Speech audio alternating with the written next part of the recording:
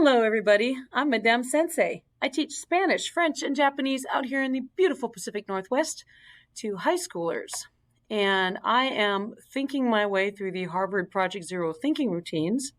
So if you want to help me think about this, you can ping me at studio-nemo.com or reach me at the Duolingo Educators Network or the Minecraft Education Ambassadors, because I love to bounce ideas off of people.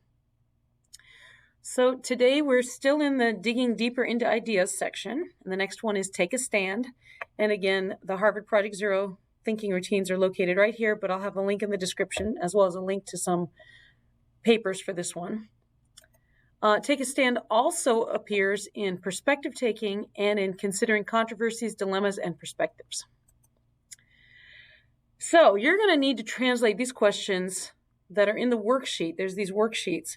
You're going to have to translate them into your target language. And I'll have a link in the description to the original Harvard Project Zero stuff, the original questions. Now, normally they translate a lot of their material into Spanish already, but they didn't do it this time. And besides that, I only teach first year Spanish. And so it's what they have is too difficult for my first year Spanish students. So I often wind up reworking it anyway. But let me show you what I have. And I'm going to have this linked in the website studio-nemo.com. And also I already have it up on the Duolingo Educators Network if you're interested in my translations for these. Okay.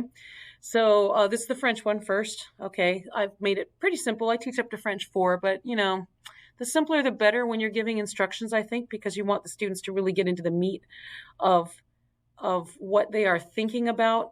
And I find if the instructions are too complicated, it kind of raises the student's affective filter. And then they're so busy trying to figure out what you want from them that they don't have time to get to the fun stuff. So simpler is better, right? Here's the second page.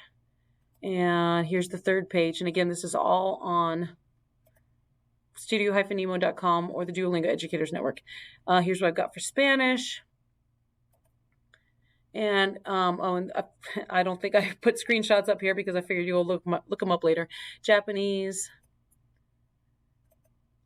All right, so for group work like this kind of thing, I'm normally going to use Kagan talking chips. These are bingo chips I use. This is to make sure that everyone takes turns in the groups and everyone holds each other accountable. So this is how it works. You have, you decide, I'm going to give everyone 3 chips or 5 chips or 7 chips or however many you decide. Okay, how much time you have basically in class or how deep you want to get in the conversation. And the first person puts in their chip and says what they want to say about things. And then the second person puts in their chip and the third person puts in their chip and then the first person puts in their chip and etc. And then you can see when you've talked enough because all your chips are gone. And everyone at the table is going to say, hey, Bob, you still have 2 chips, put them in,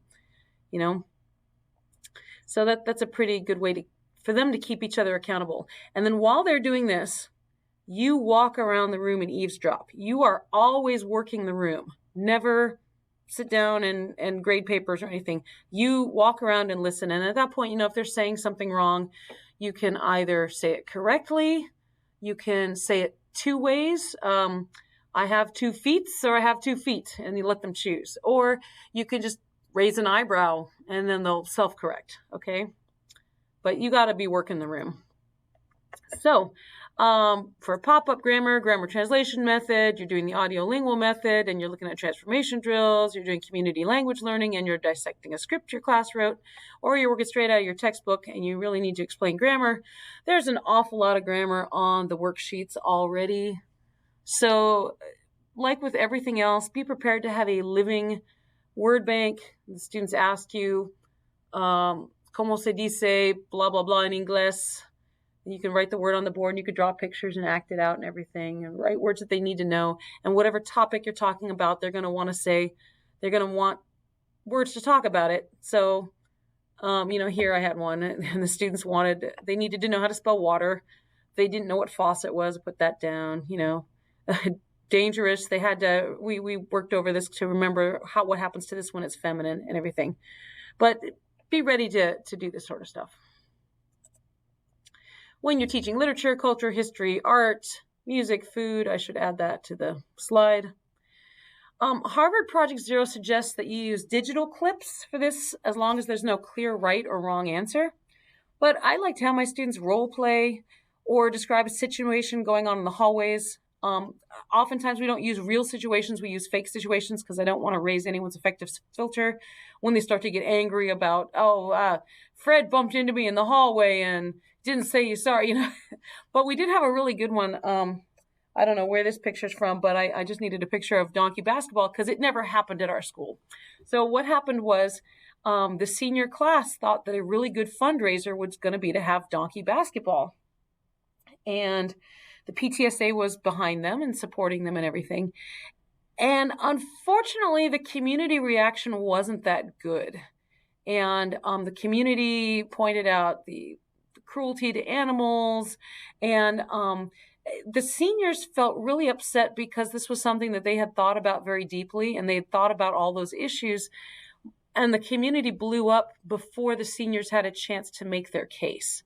So it turned into a really good discussion because the seniors felt like they hadn't been heard. So we were able to get pretty deep into it, and that was gratifying, even though it didn't change anything. I don't know how I felt about it, which was good because then I could coach it both ways, All right, in our next episode, we're going to talk about the routine think, feel, care. Hope to see you there.